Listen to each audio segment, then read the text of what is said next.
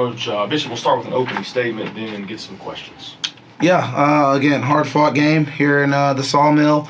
Obviously, we came up a little bit short of our goal of coming up away with the win, but again, played extremely hard. I thought, we made a few mistakes down the stretch that really costed us, and you got to credit East Texas A&M for capitalizing and making the key plays when they needed to. Yeah, Coach, obviously led by double digits after the third quarter, but what do you attribute it all to that in the fourth?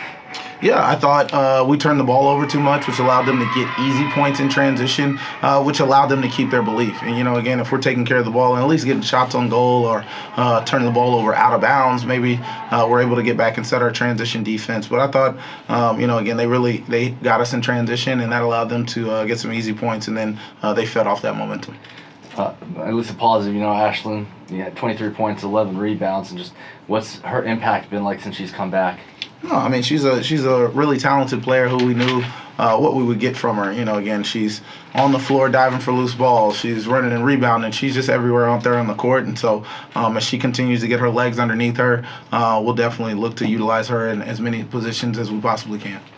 And, short turnaround, a couple of days, back here Saturday against Lamar. What's some of the biggest things you're going to be working on in prep for that? Yeah, just continuing to get better. Again, we still have a lot of season to go. We're starting February. So, again, we got all of February and then into March. So, again, we still got a lot of things to work on with this young group.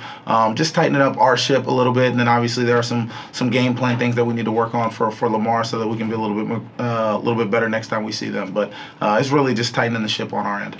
And then 84% from the free throw line, so that's got to be a positive for you. Yeah, I mean, I thought from if you look at the numbers, we shot it from 40%, 33% from three, and 85% from the free throw line. So, typically that's close enough to give yourself a chance to win, especially when you hold the other team to 38% from the field. I just thought there were some key plays and some key momentum plays that obviously this is college basketball. Right. So, again, a lot of it rides on momentum. And so they made the momentum plays when they needed to, and we weren't able to capitalize on those. You're talking about the turnovers. Yeah, it was points off turnovers. It says it all right there, I think. Yeah, points off turnovers and points in the paint. Because, again, most of these points that they're getting off of those turnovers are leading to wide-open, uncontested layups. All right.